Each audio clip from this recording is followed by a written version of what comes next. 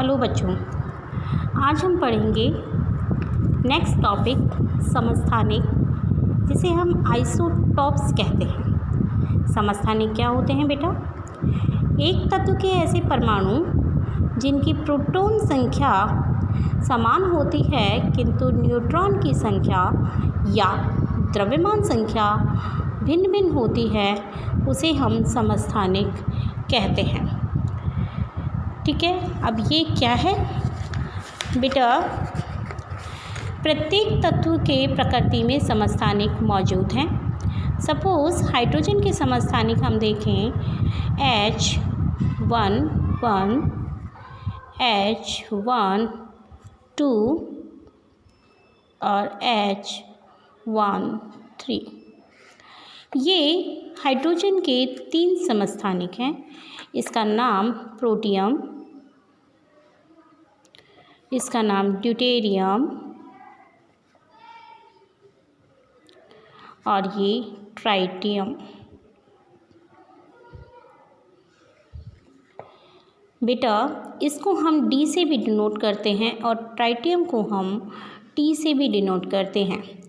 यहाँ आप देख रहे हैं सभी की जो परमाणु क्रमांक है वो सेम है, 1, 1 और 1, लेकिन द्रव्यमान संख्या 1, 2 और 3। इसका मतलब यहाँ क्या अलग है? यहाँ पर न्यूट्रॉन की संख्या अलग अलग है। यहाँ हम देखें तो प्रोटॉन 1 है लेकिन न्यूट्रॉन 0 है, क्योंकि द्रव्यमान संख्या 1 है और 1 क्या है? प्रोटॉन ही है केवल। और यहाँ पर हम देखें तो प्रोटॉन तो 1 है लेकिन यहाँ एक प्रोटॉन साथ में दूसरा कौन है? न्यूट्रॉन। तो n बराबर 1, जबकि यहाँ पर देखें तो 1 प्रोटॉन है और 2 न्यूट्रॉन हैं। तो प्रोटॉन बराबर 1 और न्यूट्रॉन बराबर 2, तो टोटल यहाँ हो गए 3, यहाँ हो गए 2 और यहाँ पर A बराबर से है 1।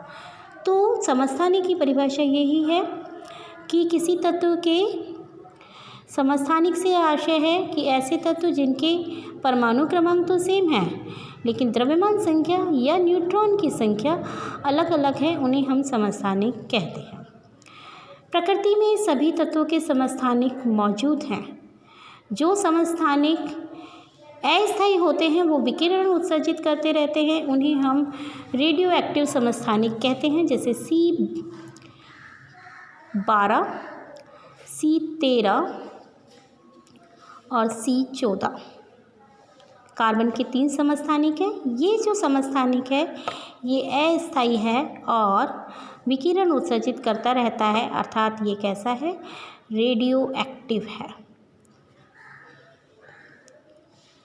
इसीलिए इसका प्रयोग कार्बन डेटिंग यानी जीवाश्म की आयु निर्धारित करने में किया जाता है। जीवाश्म की आयु का पता लगाने के लिए हम कार्बन 14 का प्रयोग करते हैं। यहाँ देखिए बेटा, कार्बन के सभी के परमाणु क्रमांक यानी प्रोटॉन की संख्या सेम है, लेकिन यहाँ पर द्रव्यमान संख्या अलग अलग है। प्रोटॉन सभी में ही 6 हैं, लेकिन न्यूट्रॉन की बात करें तो 12 में से 6 गए तो 6, और यहाँ पर 13 में से 6 गए तो 7, और यहाँ 14 में से 6 गए तो 8। इस तरह से यहाँ पर न्यूट्रॉन की संख्या अलग अलग है। द्रव्यमान संख्या तो आपको पता ही है, प्रोटॉन और न्यूट्रॉन का योग द्रव्यमान संख्या कहलाती है। इस तरह से ये कार्बन के समस्थानिक हैं। क्लोरीन के भी 2 समस्थानिक हैं, क्लोरीन 35 और क्लोरीन 37। इनका जो परमाणु क्रमांक यानी प्रोटॉन की संख्या 17 है, तो यहाँ प्रोटॉन दोनों में ही 17 हैं, लेकिन न्यूट्रॉन जो है 35 में से 17 गए तो 18, और यहाँ पर जो न्यूट्रॉन हैं वो कितने हैं? 20। इस तरह से हम समस्थानिकों को डिफाइन कर सकते हैं कि किसी तत्व के वो परमाणु जिनमें प्रोटॉन की संख्या तो सेम हो लेकिन न्यूट्रॉन या द्रव्यमान संख्या अलग अलग हो, वो समस्थानिक कहलाते हैं। प्रकृति में इन समस्थानिकों को जो है आवर्त सारणी में एक ही जगह रखा गया है कि हाइड्रोजन के तीनों समस्थानिक कहाँ होंगे, हाइड्रोजन वाले स्थान पर ही होंगे, क्योंकि आवर्त सारणी जो है वो किस पर बेस्ड है, परमाणु क्रमांक पर बेस्ड है। एक ही परमाणु क्रमांक है तो एक ही जगह पर मौजूद होंगे। कार्बन के जो है वो एक साथ रहेंगे, क्लोरीन के समस्थानिक एक साथ रहेंगे।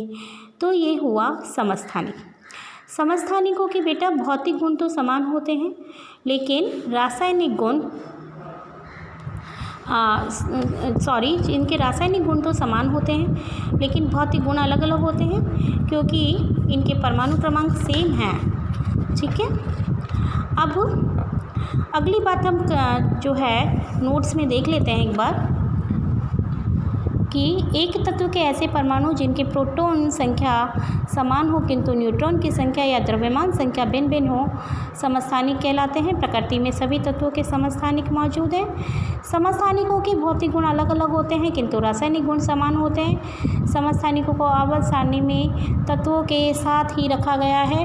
वे समस्थानिक जो स्थायी नहीं होते हैं वे निरंतर विकिरण उत्सर्जित करते रहते हैं और नए तत्वों में परिवर्तित हो जाते हैं। ऐसे समस्थानिकों को रेडियो एक्टिव समस्थानिक कहते हैं। हाइड्रोजन के 3 समस्थानिक हैं, पेपर की दृष्टि से महत्वपूर्ण है, प्रोटियम, ड्यूटेरियम और ट्राइटियम। तीनों में एक एक प्रोटॉन है, लेकिन जो द्रव्यमान संख्या यहाँ 1 है, यहाँ 2 है और यहाँ 3 है, यानी न्यूट्रॉन यहाँ 0 है, यहाँ 1 है और यहाँ 2 है। ठीक इसी तरह से क्लोरीन के समस्थानिक क्लोरीन 35 और क्लोरीन 37 है। यहाँ पर आप सही, यहाँ पर प्रोटॉन जो है 17, यहाँ न्यूट्रॉन बाकी कितने हो जाएंगे 20 और टोटल हो गया 37 और यहाँ 17, 18 और ये 35।